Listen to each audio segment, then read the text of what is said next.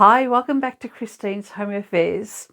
Today I'm back to do what I should have done yesterday, and that was to make a long zippered box bag suitable to hold hair tools. So it's a hair tool bag. So yesterday I made a big mistake in putting my zip in the wrong spot. And because of that mistake that I made whilst I was redoing this video today, I realised it's actually good to make these mistakes sometimes because it reminds us of things that can happen differently or what can happen from our mistakes. So in yesterday's video, I was asked to do some quilting. So I've done the quilting in that particular project. I'm going to do the same thing today, but I'm not going to do the quilting. Instead, I'm going to use this quilted fabric that a lady called Ivona sent to me probably about a year or so ago. So she gave me a great big piece of this fabric here. It's brown on one side, blue on the other side. She'd given me a whole heap of other quilted pieces as well. And this really fun chevron, are they chevrons? They're stripes, zigzag stripes anyway. So really fun, brightly coloured fabric. Because that's already pre-quilted, that's what we're going to do today so that I don't have to go through the first half of the video again. And it made me think too that a great way to make these quilted boxy bags is to go to your local op shop or thrift store and find some old quilts that people don't want anymore. You can easily cut those up into fabric to make your boxy bags, put some bindings on them, and you're done. So it's a great way to use up old quilted pieces of fabric, or even just go out and purchase some cheap quilts at your local charity store. Anyway, I'll stop waffling. The bag we're making today is this one. The other thing that's going to be different is the stabilisers that we're using. So yesterday I used a really nice foam rigid stabiliser, and today this one has already been quilted for me, so I'm going with the stabiliser that's in here. I'm not adding anything more to it. So this is the bag. It's exactly the same bag as yesterday's, and I'm not going to show you the other one until the end of the video. And I'm sure you've all got enough patience to wait until the end to see the huge difference. But this is what we're doing today. We're going to make a hair tool pouch. It's quilted. If you know how to quilt, you'll do it yourself. If you don't already know how to quilt, watch yesterday's video. I do refer often to yesterday's video because there are some things I didn't like when I was making the bag, and things were a lot easier with this one. So let's get straight to it, shall we? Okay, given that the fabric we're using is already quilted, this shouldn't take us too long at all, even if it does have bindings. So I have a piece of quilted fabric. We'll be having the stripy fabric as the outside. I have another piece of the same fabric that I'm going to be used for the tabs. So this will make 2 tabs, and then this will make the wristlet strap just like we did in the previous video. I have 2 strips of fabric that I'm going to use for the bindings on the inside. It'll be a contrast from the brown that's on the other side. And I have a rainbow number 5 zipper. I think that'll go really nicely with the rainbow colours in here. A couple of D-rings, a couple of number 5 zip sliders, and a swivel clip. I think that might be about it. So let's get straight to it. And this time I'll do everything the right way. Let's take our bag piece, and we're going to place the fabric the longest side facing this way. So the shortest side will be the ends of our bag. The long side will be where the zipper goes.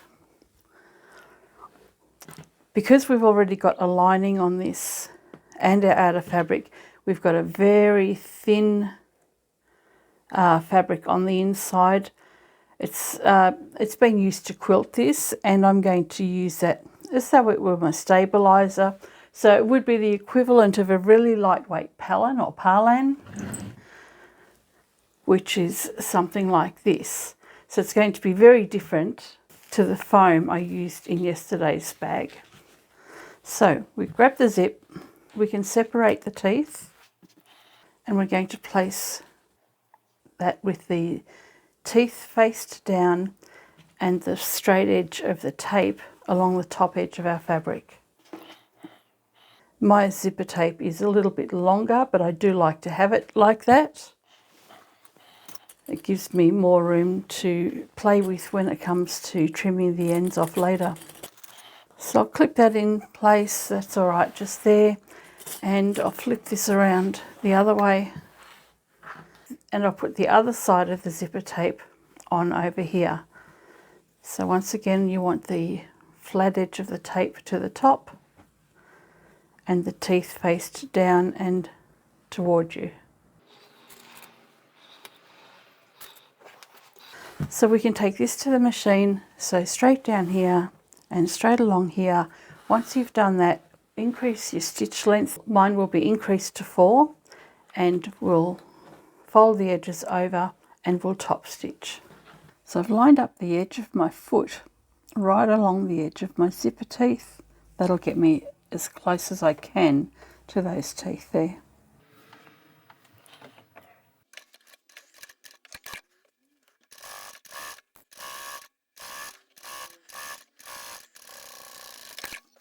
Flip it around and we'll do the same on this side.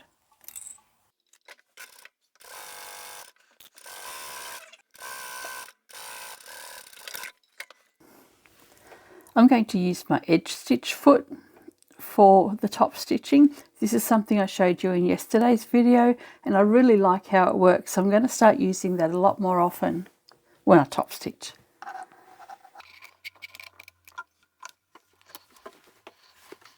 So I'm folding the zipper tape over, and that metal edge here is going to run along the side edge of my fabric and give me a nice straight consistent stitch about 1/4 of an inch away from the edge.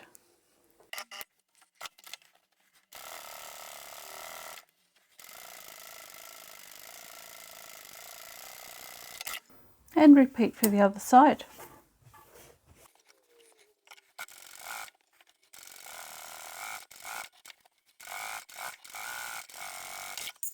All right, with the zip installed, we can bring the fabric around so that the zipper teeth face each other. We're going to put our sliders on, and I'm going to line up the raw edge of the fabric along here so that these ends here are nice and even, and trim that zipper tape so that it is even along the top. We want those teeth to be nice and straight.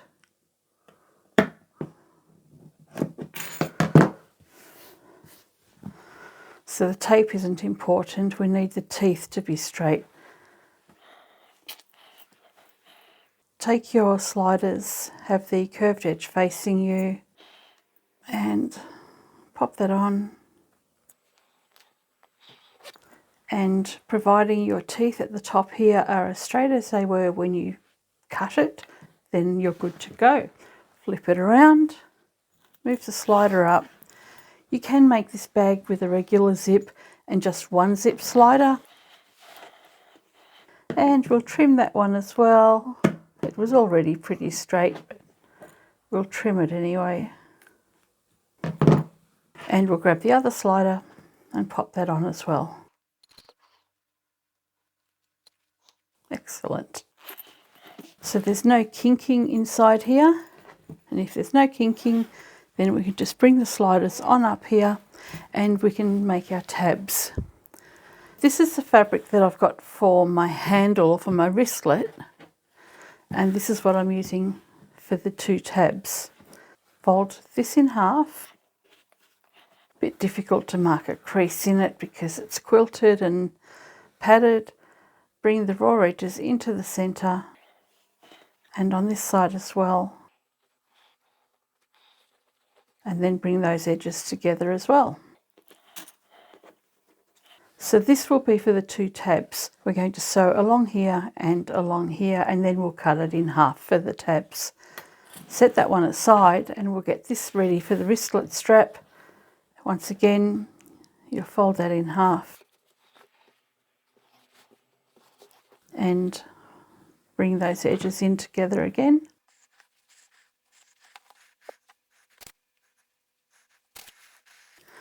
Once you've got those edges folded, grab your swivel clip. Normally you would iron this fabric to set your creases so that everything folds back nicely later on.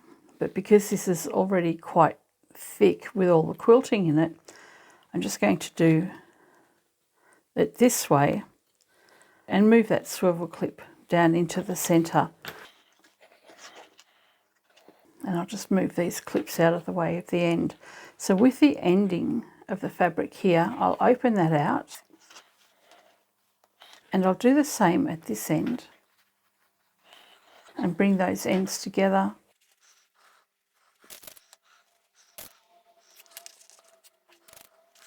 And we'll sew right across here. Once you've done that, press the seams open and then bring the edges back in again so that they're folded like this. We'll go and take these to the machine and do that now.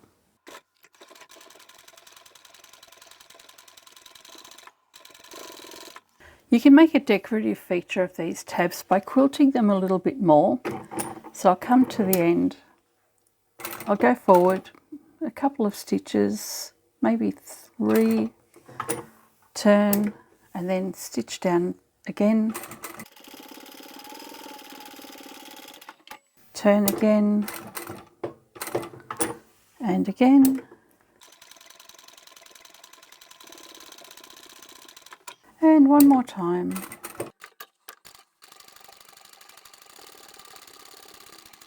It actually gives you a really nice flat piece of fabric. Makes it very stiff too, which can be handy sometimes. We'll sew this one closed. I'm using a 1 centimetre or 3/8 inch seam allowance.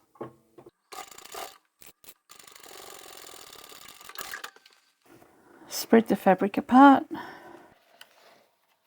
and then fold those edges of your binding back over again, keeping the seam spread open.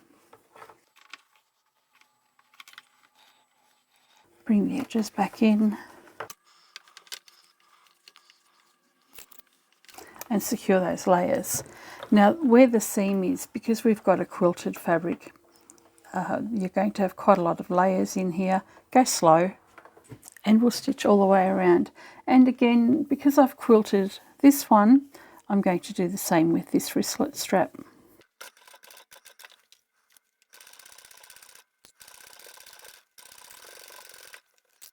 Move that swivel clip out of the way as you come to it.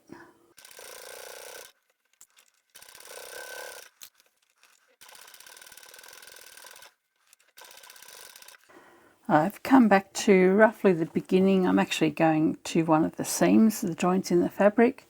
I'm going to raise my foot and turn around, and then I'll come down the other way.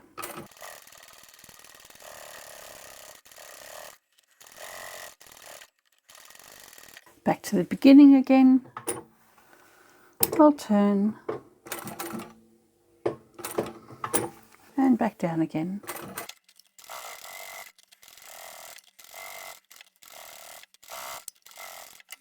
And one more row.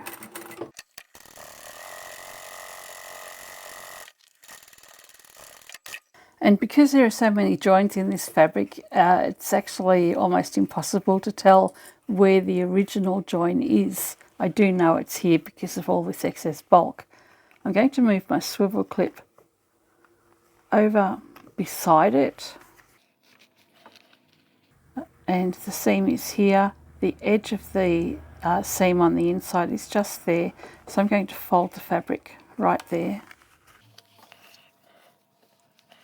But I'm going to sew about 1 inch or so away, way past all of this bulk here, otherwise I'll break a needle.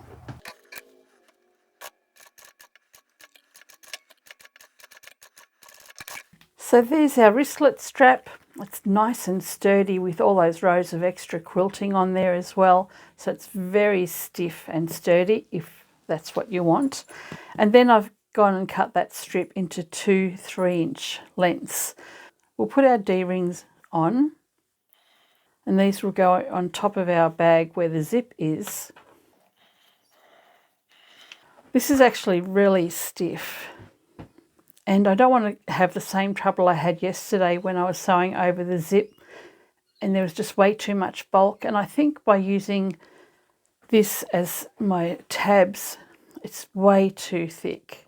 So I'm going to change my plan.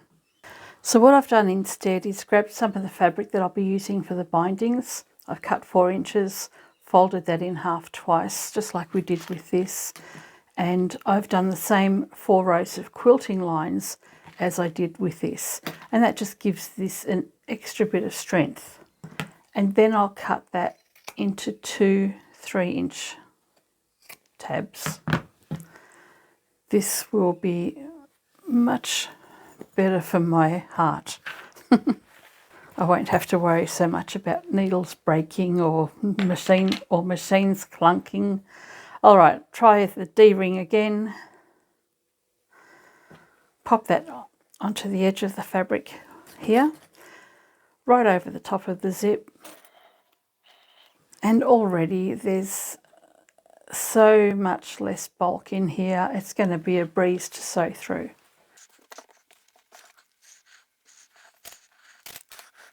So what I'm going to do now is stitch the tabs in place. When I do that, I'm only stitching it to the top section. I'll move this part out of the way whilst I sew. And once I've done that, I will just come along and sew close to the edge of the D-ring as well, just so that that doesn't slide down here. I don't want it too close to the end of my bag when I'm sewing it closed. Push that out of the way and sew this tab on. Same here.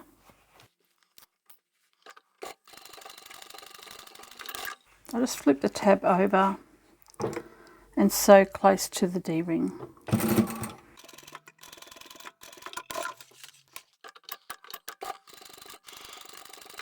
So that was much easier to sew than the previous bag. Before we turn this inside out, let's find the centre of the bag at the bottom.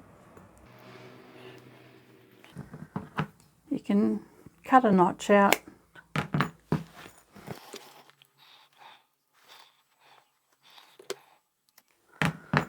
And then we'll turn this inside out.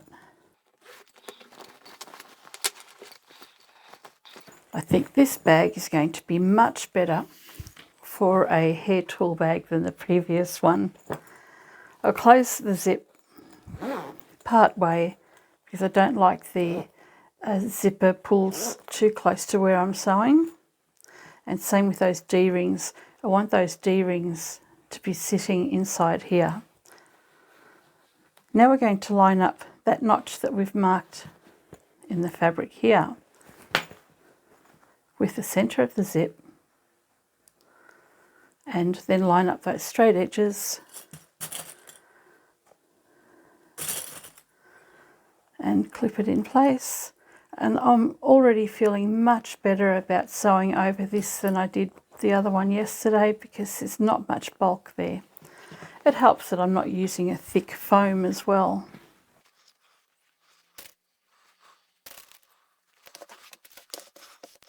Okay, so we've got this laid out nicely now with the zipper tape in the centre. Make sure your zip is open, and we're going to make the same 1.5 inch corner as we did previously.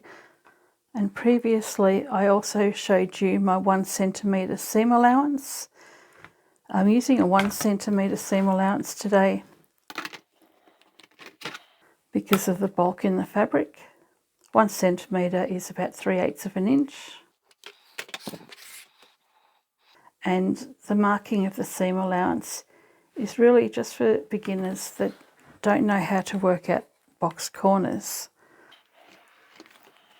So as I mentioned yesterday, you're going to measure your 1.5 inch box corner from what will be the stitching line here, not from the outside edge.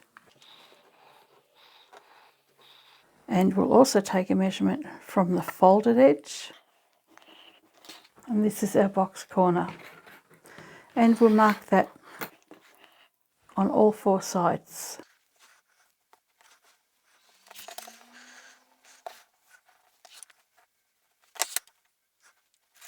And then we can cut that out.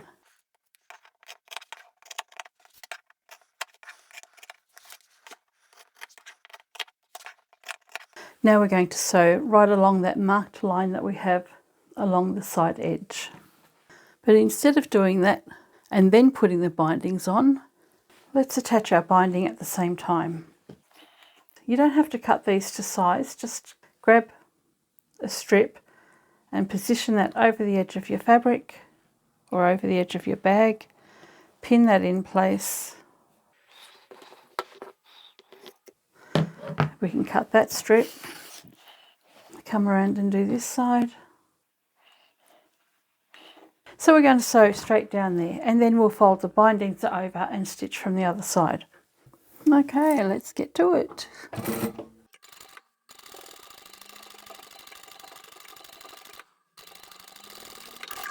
That was so much easier on the machine. And my nerves.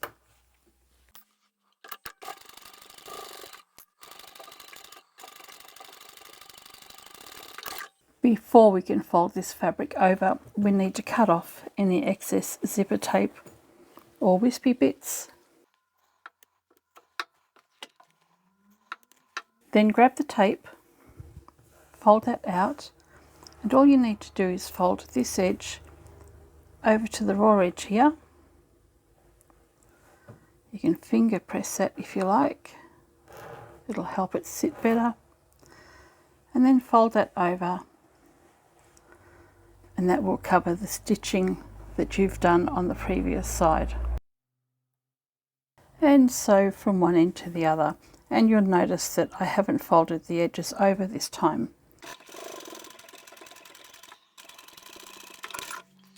And that's a nice neat edge and not too much bulk. And we'll do the same here.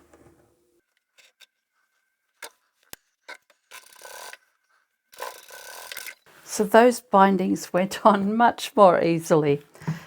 Before we box our corners, we just want to trim off any excess fabric here.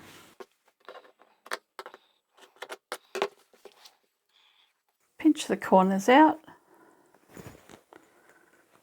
And you want this binding to face away from the zipper tape. So you don't want it folding over this way, we want it folding that way.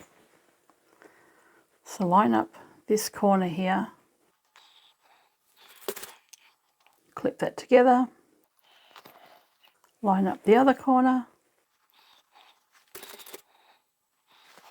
and fold that binding away from the zip. And we'll do the same for the rest of them. Chris and I were having a chat about our YouTube channels last night.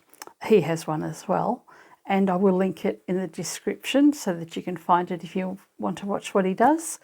But anyway, we were having a chat about our channels, and he had a suggestion for this one. And he thought that it would be a good idea to set up the cameras in my room here at different angles and just have everybody watch what I do during the day. So it might go for 4 to 6 hours or so. No talking through it, hopefully. And all you do is just watch what I do all day. So if that's something that you're interested in, let me know.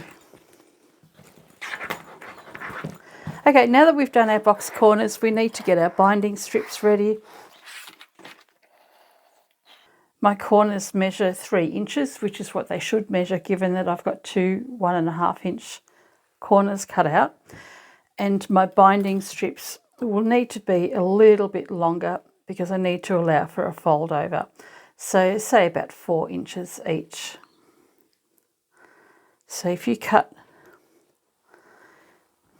4 strips for your binding that are 1 inch longer than you have along here,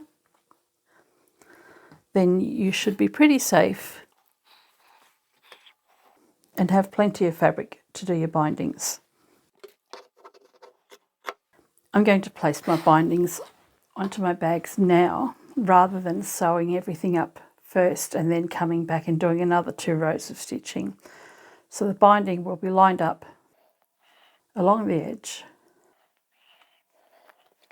and you can see on this side that there's a good amount to fold over when we get to it. So we'll do that for all of the corners. I think that idea that Chris had about watching me sew all day is probably a good idea for him too. You should see all the work he gets up to during the day. It's not just his videos, but everything that he does around the house. So I think we should all get him to do this as well. Okay, our bindings are ready to be stitched on. We'll sew them on and then we'll fold them over like we did with the other ones, but we will need to fold the edges over.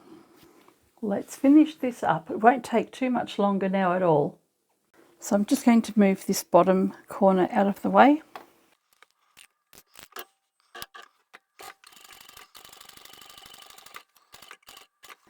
In the last bag I wasn't game enough to triple stitch over the centre, but this one's much easier.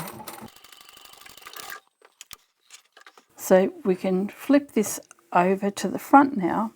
This edge here we can fold down, just finger press that crease. Same on this side. Grab the fabric and fold it over. Clip it in place just to hold it there. Same for this side. And we can press that down and then fold this to the raw edge and then over again. And that's it.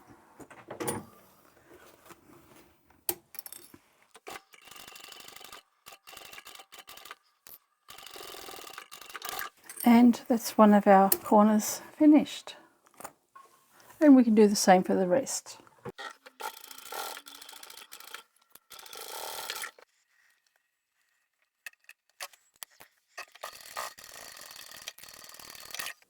Okay, that's it. We are all finished. So let's have a look and see how this has turned out, and hopefully I can fit some hair tools in here because that's what I was supposed to be making. And I think I'm going to win this time. Poke out all those corners. Don't you love this fabric? It's so vibrant and fun. There we go. And if I get this hair straightener in, oh, look at all that. There's so much room in there. I reckon you'll get nice hair tongs in there. I don't even know what hair tools are available. I never actually used to use them, and I certainly don't need them now.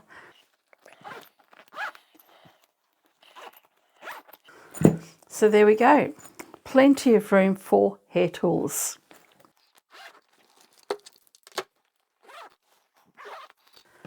And we also have our wristlet strap, which is what we did for the other bag. So we can pop that on as well. And this bag is quite a bit floppy because of the stabiliser that's in here. There's actually barely any stabiliser in here. It's kind of a thin cotton layer inside the 2 cotton layers. So compared to the one I did yesterday, it is very floppy, but very useful too.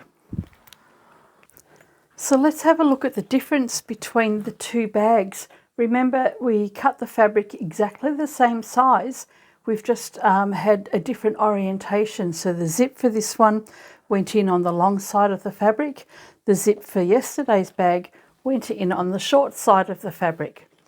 Our box corners were exactly the same, 1.5 inches. Fabric started off exactly the same size, and look at the difference between the 2. So this was a mistake yesterday, putting the zip in on the short side. Turned into a great looking bag though. And this was what I was supposed to have done, made a nice long bag for these hair tools. But I'm actually glad that happened because it means we can compare what happens with different stabilisers and different orientations when you've got the same size piece of fabric. Amazing, isn't it? So you can see how soft this is. It doesn't even bounce back at all. That's because it's barely got any stabiliser in it. This one here had the foam, so it's just going to go back to its normal size because it's got that really stiff binding on the inside. So it really doesn't want to crush down, whereas this one crushes down quite easily. So that's the difference in your stabilisers, and there's many stabilisers in between and even much thicker than what this is as well. So yeah, it's amazing, isn't it, how different two bags can look when you put the zip on different sides. It's like a long sausage and that's nice and squat. And I've added a couple of zipper pulls for fun. What a difference! This is a great big long hair tool bag, a short squat boxy bag made from exactly the same piece of fabric or same size piece of fabric.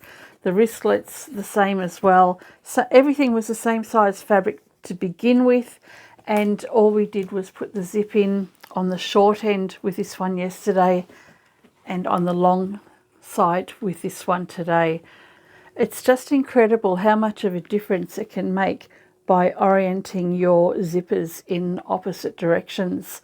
The box corners are the same size, but the fabric at the base is a little bit narrower on this one, again because we've used the other side of the fabric when we've made the bag. All the instructions and everything were exactly the same for the two bags, but just two very different outcomes. And even the structure of the stabilisers, you can see how that one just wants to bounce back to its original shape.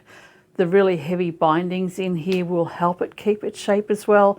This one has much softer bindings because the whole overall fabric is softer, but it turned out great all the same. Anyway, I hope you've enjoyed this video and the differences in the outcome when you do the wrong thing. At least this one turned out right this time. I hope you've enjoyed this video, and I shall catch you next time. Bye for now.